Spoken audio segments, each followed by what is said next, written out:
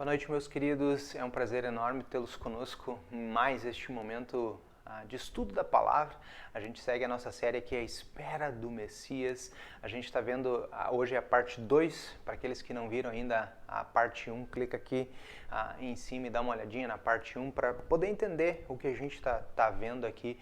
A gente está numa série agora, A Espera do Messias, se preparando para o Natal, né? Se preparando para esse momento do ano que é tão legal, né? Esse ano que foi tão difícil para todos nós, né? Tão complicado para todos nós e a vacina já está bem próxima aí, né? A gente escuta, né, várias notícias de que a vacina está bem pronta, então provavelmente lá no Natal a gente, se Deus quiser, a gente vai ter várias surpresas também nesse lado assim. E hoje a gente está aqui então na parte 2, né, do nosso episódio. A gente quer começar esse episódio então em nome de Deus Pai, Deus Filho e Deus Espírito Santo. Então não saia daí e nós se preparamos então para a parte 2 de Anos de Profecia.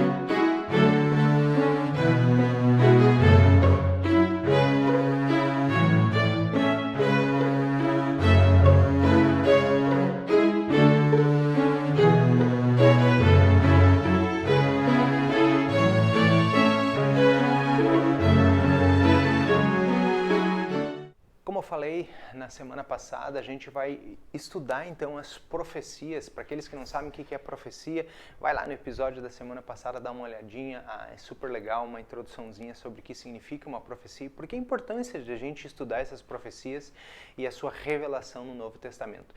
A gente vai dar uma olhadinha mais ou menos umas 20, né? Eu separei 40 profecias, semana passada a gente viu umas 20, entre 18 e 20, e hoje a gente vai ver mais umas 18, 20 profecias e a sua revelação no Novo Testamento mais específico.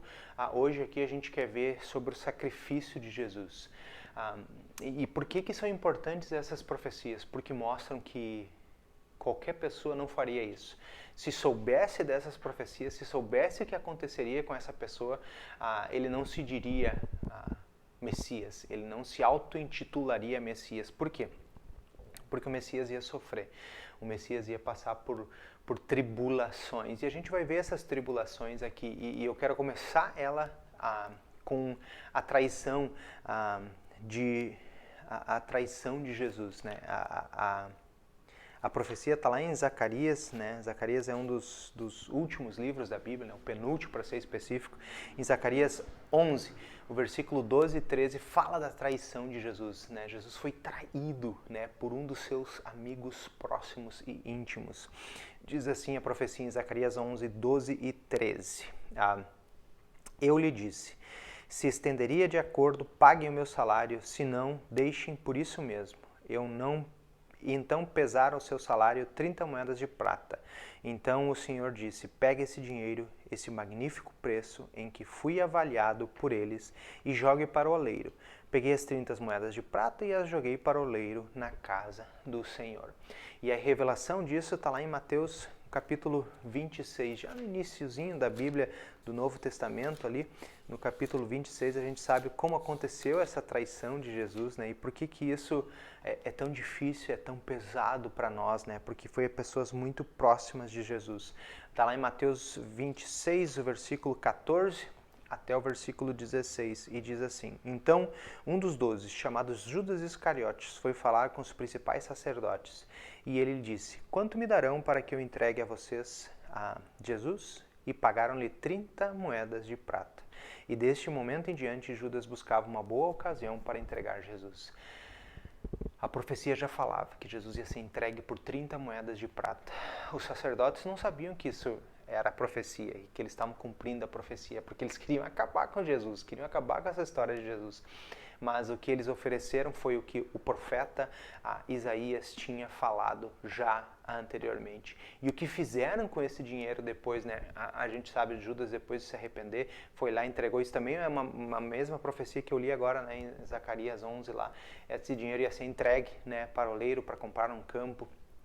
E a gente sabe, a sua revelação está lá em Mateus 27, o que fizeram, né, o que fizeram com o dinheiro, né, do versículo 9 até o versículo 10, diz assim: então se cumpriu o que foi dito por meio do profeta. Pegaram as 30 moedas de prata, preço em que foi estimado aquele a quem alguns dos filhos de Israel avaliaram, e os deram para o campo do oleiro, assim como ordenou o Senhor. Então a gente viu a profecia, né? E o cumprimento aqui em Cristo Jesus. E a gente está vendo hoje coisas muito tristes que iriam acontecer com Jesus, coisas bem tristes mesmo. Se a gente vai parar para pensar assim, o sofrimento que Jesus passou por minha culpa, por sua culpa, por culpa de toda a humanidade, né?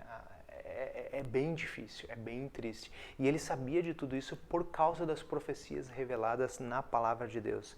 A próxima profecia que eu quero compartilhar com vocês é que ele seria acusado falsamente. Está lá em Salmo 35, né? O Filho de Deus seria acusado falsamente. Salmo 35, versículo 11, diz assim: falsas testemunhas se levantaram e me interrogavam sobre coisas que eu não sei, que eu não sabia. Né? E o cumprimento está lá em Marcos, né? Capítulo 14, versículo 57.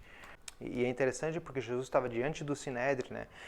E diz assim: e levantou-se algumas testemunhas falsamente dizendo: nós o ouvimos declarar, eu destruirei este santuário edificado por mãos humanas e em 3 dias construirei outro, não por mãos humanas. E diz assim, falsamente testemunhavam contra Jesus. Ele seria acusado falsamente. E como ele ficaria? Uma outra profecia, né? Isaías 53. E é uma profecia marcante, impactante, porque em meio a toda acusação, o que Jesus fez? Ele ficou em silêncio. Isaías 53, versículo 7 diz assim: ele foi oprimido e humilhado, mas não abriu a boca. Como cordeiro foi levado ao matadouro e como ovelha muda diante dos seus tosqueadores, ele não abriu a sua boca. E lá em Marcos 15, né, versículo 4 e 15 diz: então Pilatos perguntou: você não vai responder nada? Veja quantas acusações fazem contra você. Jesus, porém, não disse mais nada, a ponto de Pilatos muito se admirar. Jesus ficou como? Calado diante de todas as acusações, porque ele sabia que esse era o projeto de Deus, esse era o plano de Deus. E agora vem uma profecia que além de toda a humilhação, há uma profecia dizendo que Jesus ia ser cuspido e atingido, né? Isaías 50, versículo 6. É bem doloroso saber disso, saber de todas essas profecias, saber de todas essas coisas e mesmo assim ficar quieto, ficar calado, não fazer nada. O quão amoroso é o nosso Jesus diante de todas as coisas ruins que aconteciam na vida dele. Isaías 50, versículo 6. Ofereci as costas aos que me batiam e o rosto aos que me arrancavam a barba. Não escondi o rosto dos que me afrontavam e cuspiam em mim. Pensa o quão doloroso é isso, né? Quem já sofreu tamanha violência, né, corporal sabe o quão difícil isso é, né? Lá em Mateus 26, a gente vê zombando de Jesus, vê a revelação dessa profecia, né? Quando aconteceu isso com Jesus, Mateus 26, versículo 67, fala bem disso. Então alguns cuspiram no rosto de Jesus e bateram nele, e outros bofeteavam, dizendo: profetize para nós agora. Além de tudo, debochavam de Cristo Jesus. Além de tudo, zombavam de Cristo Jesus. E ele ali, né, pronto, se mostrando solícito ao plano que Deus tinha, que era de salvar toda a humanidade, salvar você.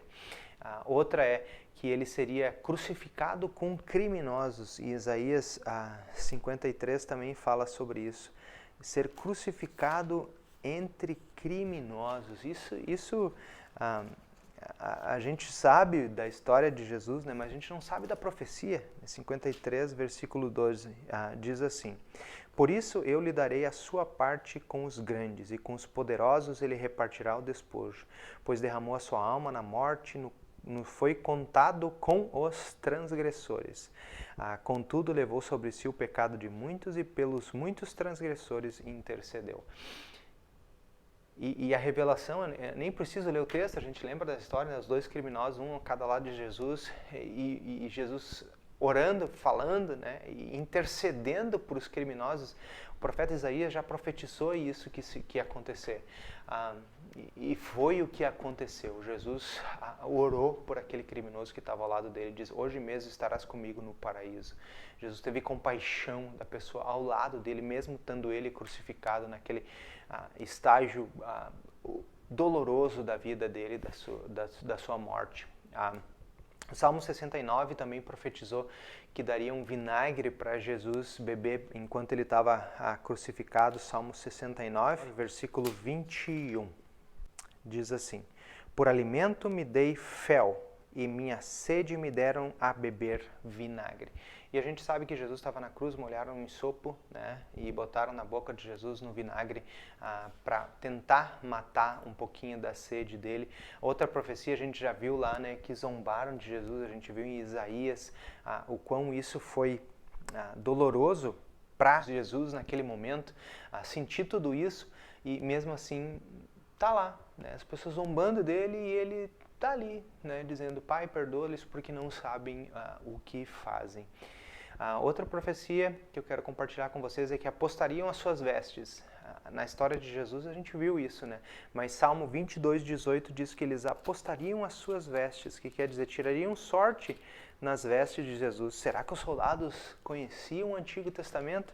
Será que os soldados tinham em mente disso e sabiam que isso era importante para eles fazer? Salmo 22, versículo 18. Repartem entre si as minhas roupas, e sobre a minha túnica lançam sortes. E a revelação disso está lá em Lucas 23. E eu quero abrir aqui para vocês e compartilhar a profecia cumprida, né, em Lucas 23, quando repartiram as roupas de Jesus. Lucas 23, versículo 35. O povo estava ali e observava tudo. Também as autoridades deles zombavam e diziam: salvou a outros, que salve a si mesmo. E é de fato Cristo o verdadeiro escolhido. Né? E o versículo anterior diz assim: Pai, perdoa-lhes porque não sabem o que fazem. Então, para repartir as suas roupas deles, lançaram sorte. Então, além da zombaria que faziam com Jesus ali, tiraram sorte sobre as suas vestes. O quão isso é revelador para nós, o quão isso mostra como é o nosso Senhor e Salvador. A gente também sabe que nenhum osso de Jesus foi quebrado. Né? E a profecia está lá em Salmo 34, versículo 20. Diz assim: preserva-lhe todos os ossos, nenhum deles sequer será quebrado. E a revelação está lá em João, capítulo 19, mais para o finalzinho, né, do Evangelho de João, capítulo 19, versículo 33 a 36. Diz assim: quando, porém, chegaram a Jesus, vendo que já estava morto, não lhe quebraram as pernas. Mas um soldado lhe abriu o lado com uma lança e logo saiu sangue e água. Aquele que viu isso deu testemunho do que aconteceu. Não lhe quebraram nem um osso, não lhe quebraram nenhuma perna. Né? Por quê? Por causa da profecia. Outra profecia, uma profecia bem impactante para a gente, é quando Jesus olha para Deus e diz: Deus meu, por que me desamparaste ou por que me abandonaste? No Salmo 22 já profetizava sobre isso. Né? Salmo 22 diz assim, no versículo 1: Deus meu, por que me desamparaste?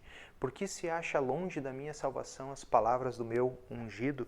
O cumprimento da profecia, né, lá em Mateus 27, quando Jesus olha para os céus e exclama as mesmas palavras, né? E diz assim: por volta das 3 horas da tarde, Jesus clamou em alta voz, dizendo: Eli, Eli, lema sabachthani. Isso quer dizer: Deus meu, por que me desamparaste? Jesus mesmo ali, nesse sofrimento, clamou ao Pai.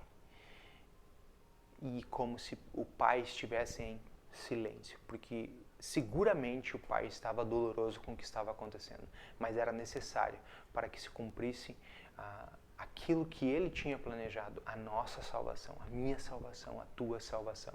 Ele oraria por inimigos. Vocês já imaginam se alguém está sofrendo tanto assim, vai orar pelos inimigos? Jesus fez isso. Lá no Salmo 109, versículo 4, diz essa profecia.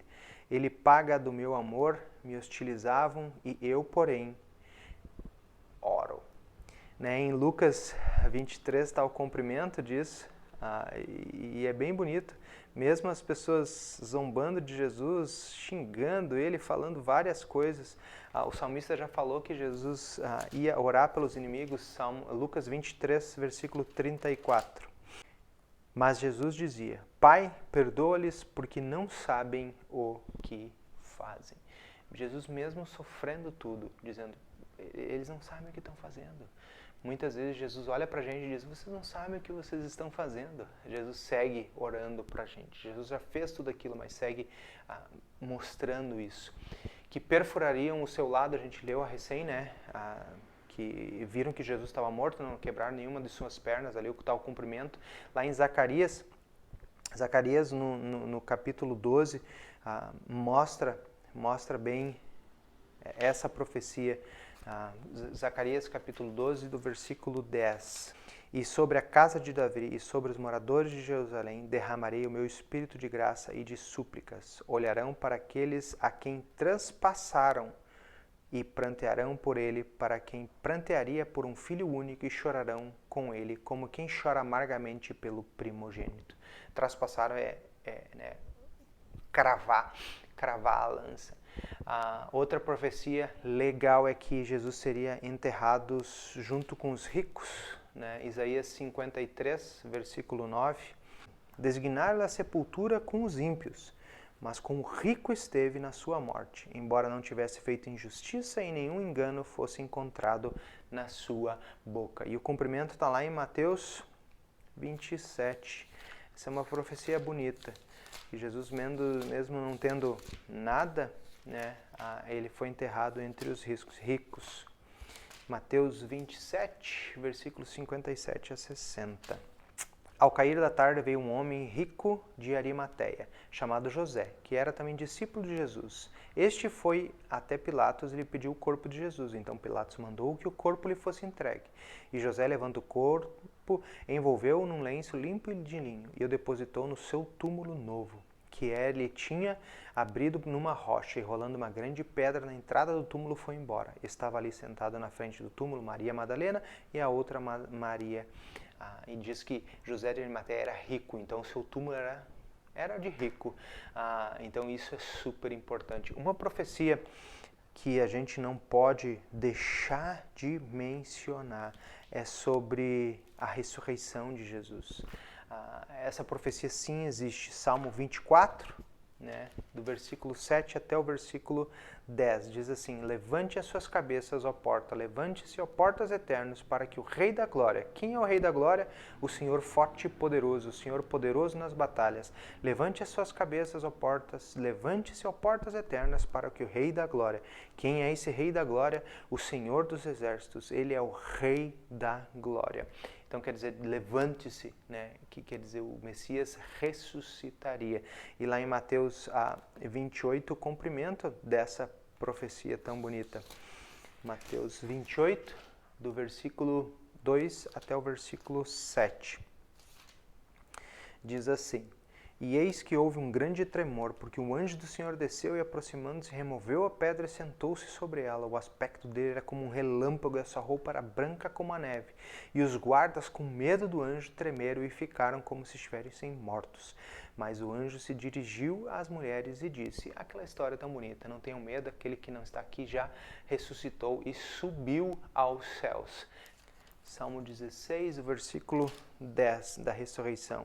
Pois não deixará minha alma na morte, não permitirás que o teu santo veja a corrupção. E o seu cumprimento está em Marcos 16, versículo 19. O cumprimento é: de fato, o Senhor, depois de ter falado, foi recebido no céu e sentou-se à direita de Deus Pai. A gente viu essa aqui como a última profecia e sua revelação lá na semana passada, quando ele está sentado à direita de Deus Pai. E a última profecia e o seu cumprimento que eu quero compartilhar para vocês fala do motivo pelo qual o sacrifício de Jesus foi importante. Isaías 53. Por que era necessário que Jesus morresse? Né? Por que isso é uma profecia?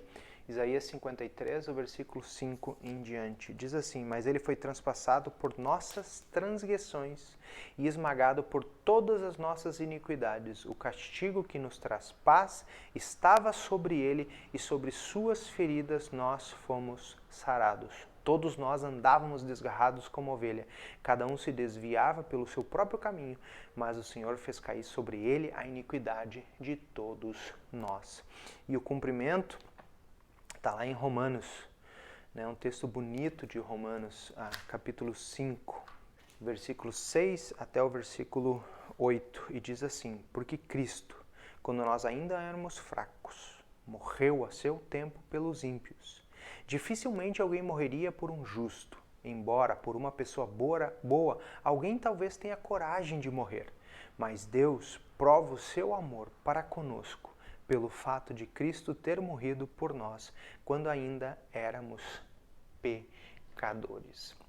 Então, meus queridos, todas essas profecias sobre a morte, a ressurreição de Jesus e essa última em especial mostra o motivo pelo qual Jesus é o nosso Messias, o Messias verdadeiro, o Messias esperado, o Messias que chegou, né, o Messias prometido no Antigo Testamento. Esse é o nosso Cristo Jesus, que morreu pelos nossos pecados, mesmo a gente não merecendo, mesmo a gente não fazendo nada. Esse Jesus se aproximou de nós e se aproxima ainda hoje e diz: meu querido, vocês estão perdoados, os seus pecados estão perdoados.